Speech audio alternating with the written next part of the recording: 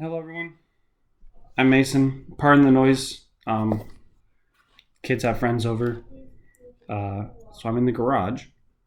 So let's see. August 9th, 2014, Michael Brown was shot. He was unarmed. I remember at the time the news was like, it really depended on where you lived, right? Like at the time I lived in Alaska, in a pretty conservative part of the state, and the news there was saying how a black man attacked a police officer on a normal stop, and then the cop shot him in self-defense. But then my parents and my friends who live in Washington, they were their news was, an unarmed black man was gunned down by the police for no reason. At the time there was a lot of misinformation, a lot of like altering, I wouldn't say altering of the facts, but just not presenting them in either the proper way, whether intentionally or unintentionally. When right after it happened, nobody had the full story of what happened, and now we kind of know, what happened. But as far as Michael Brown, like nothing was really, I don't want to say special about him, but nothing like stood out about what happened aside from the other, unarmed black men being shot throughout, forever. But I think what made it different and what made it stand out, what turned it into a national event, was the fact that it happened in 2014. Like up until that point, it had been kind of status quo, but then starting right around then, maybe a few years before, around 2010 or so, like at least that's when I noticed, right? Because I was kind of coming into adulthood. I kind of noticed that like it seemed like the country was being less complacent, less okay with the status quo. And I think Michael Brown's family not willing to just roll over and accept, that, oh, look, there's just another, my son was shot down just like everybody else. Because at one point in the video, that he interviews a family, and like everybody in the family knows somebody. Everybody in this group of friends that he was talking to knew somebody or was related to somebody who had been killed by the police, which I think is insane. And they don't. When the whole Michael Brown case was happening, that was never talked about. Like nobody did any digging. And until I watched this video, honestly, all I had was kind of, my own research. In research, I use that term lightly. And that, like, I kind of perused a number of different news sites trying to collect what information I could. And now it's, 6 years later? So I'd forgotten most of it. As far as the purpose and the audience, it's Al Jazeera, and so its audience I don't think is actually America and Americans. I think it would be the world, I think. And I know that's kind of like one of the taboo answers for audience, like, oh, don't just say everyone. But I think up until this point, no one had, on no serious level, had given the struggle of the black community any real attention. And any attention that was given just kind of floated on and moved out. Didn't really stick around a lot until this. And I think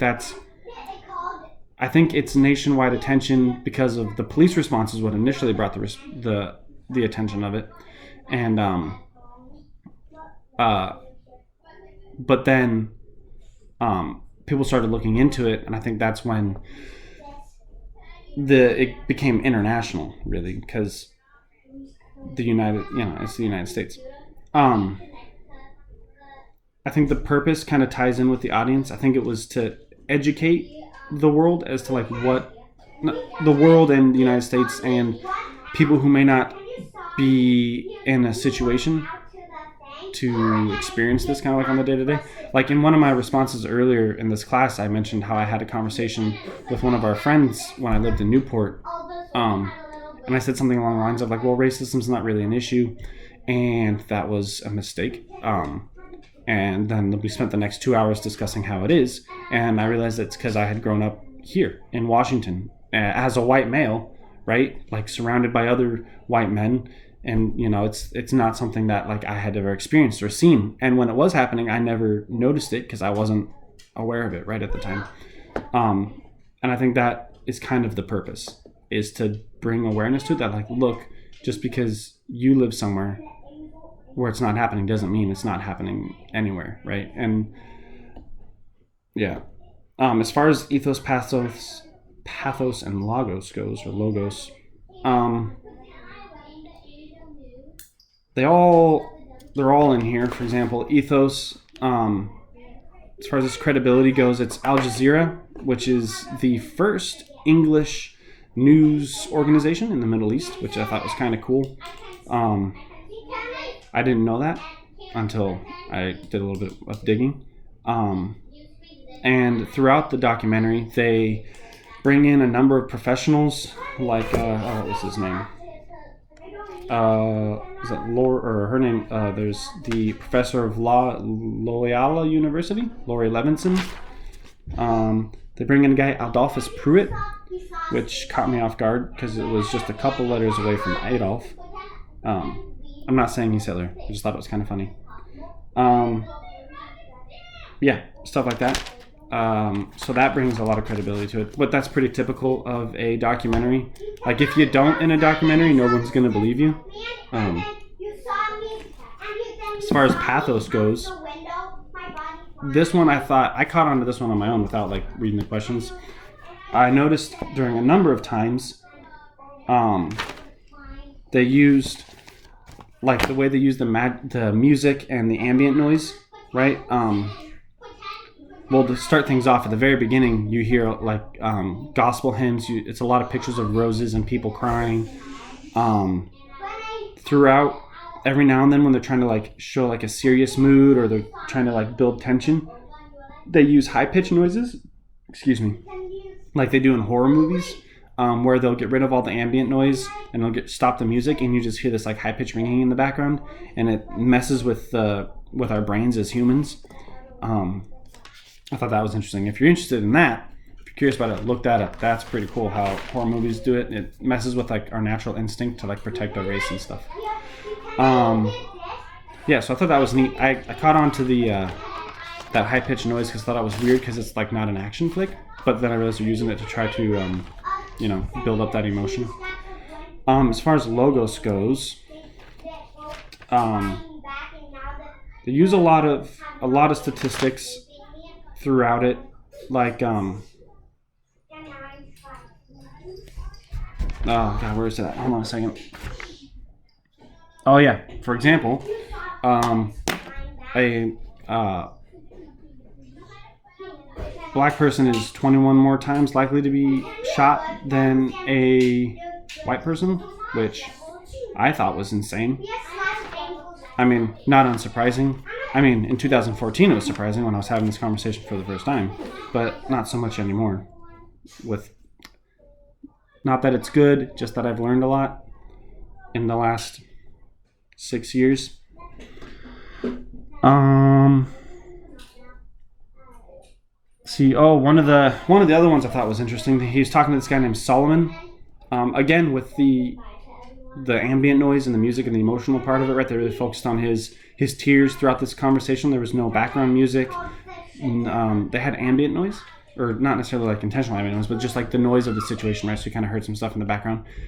But they got rid of all the music, so you really had to focus on what he was saying. And he was talking about how he has a 15-year-old parking ticket that he owes $3,200 on, and there's no way he's going to be able to do that, or be able to pay that off. They talk about, he talks to this one guy, what was it? Of course, now it's gone. A little bit more of the logos, he goes into a little bit of background / follow-up, right? So like the reporter, now I can't remember his name.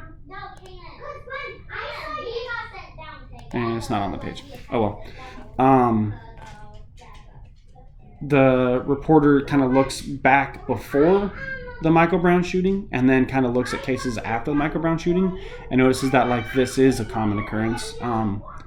He talks about a case, Kerry Ball Jr., who was shot 21 times. And then that one leads to the conversation about like everybody knows someone who was shot. They use a lot of keep going with the emotional stuff. I'm just kind of finding stuff I had hidden in my notes. One of the ones I thought was cool, they do a whole scene. They do a lot of scenes with the protesters, but one of them I thought was interesting. They had one, I forget which scene it was, I didn't write it down. But like flashlights clapping, people chanting, you can see people like smiling and like hugging each other in the background. The things that they chant I thought were neat. Hands up, don't shoot was one that I hadn't heard on the news like when this was going down. Also, when this was all going down, it was like the first time I was made aware of Black Lives Matter, and I think it was shortly after this is when it like really took off. That was something I had noticed, because I haven't really seen them a lot in the news lately, which I think is weird. Let's see, what's next? Let's see, effectiveness of the argument. Well, I think he was effective in educating people because I was, an adult at the time, and so I thought I had kind of known what was going on, and I didn't realize the depth of what had been happening. I didn't realize that, like, at the time I didn't realize that Michael Brown wasn't a crazy, like a unique event. I didn't understand that it was just the straw that broke the camel's back. It was just one more, right? That then people were done. Excuse me.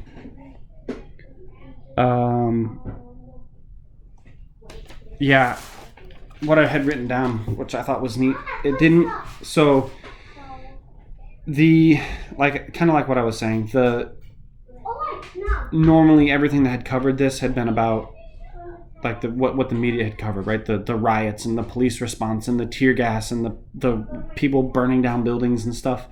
This documentary really did a good job digging into the history of harassment and discrimination in these communities and why the riots were happening. Because again, at the time, the media is just like, oh, look, black people are going on riots. Ooh. And then that was it, and all the police are struggling and what's going on. And I was in the military. And so like a lot of the guys were, making jokes about it. And it was, well, I feel bad about it now. Let's see, inspired by other activists. Well, I'm a pretty laid-back person. It's hard to get me riled up. But these last 4 years have done the trick. Let's see, I haven't personally been able to go out and do any protesting or any activism, though I do try to volunteer in the community.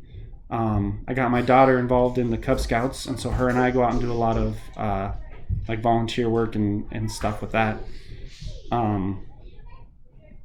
But really my aunts are the ones, I guess, who inspired me the most.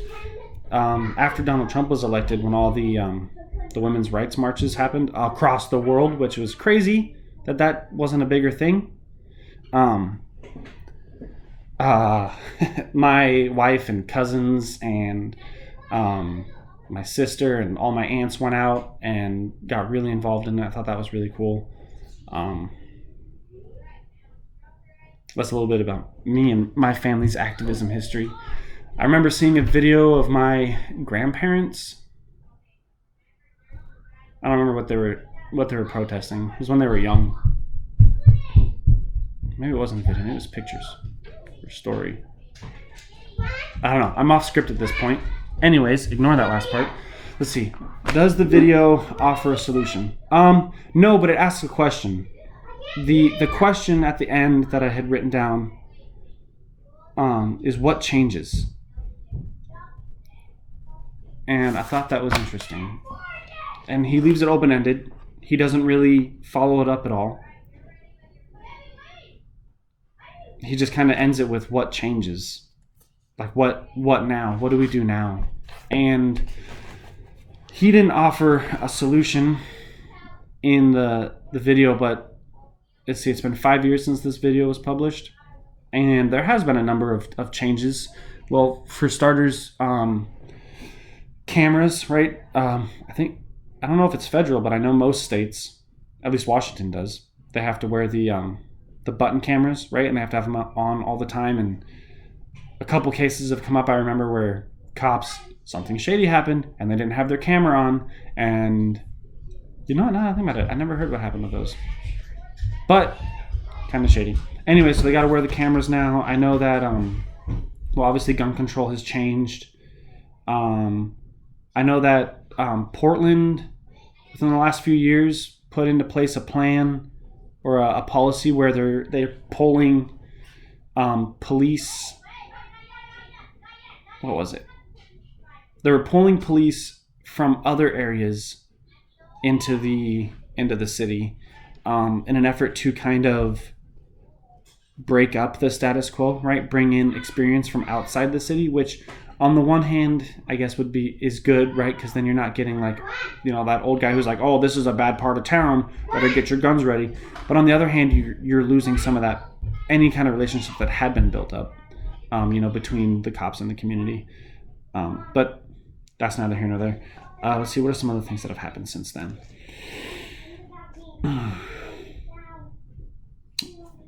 Move on. How does it contribute to the conversation? This one, I didn't have anything written down for, because it's kind of a hard question. I think it contributes to the conversation by just, again, going back to the purpose, right? Education, exposure, putting it out there for people to see, doing what we can to, let people know that this is a problem. This isn't just, a thing that happens and it'll go away. This is something that it's happening now, it was happening then, and it's going to continue to happen until we do something about it.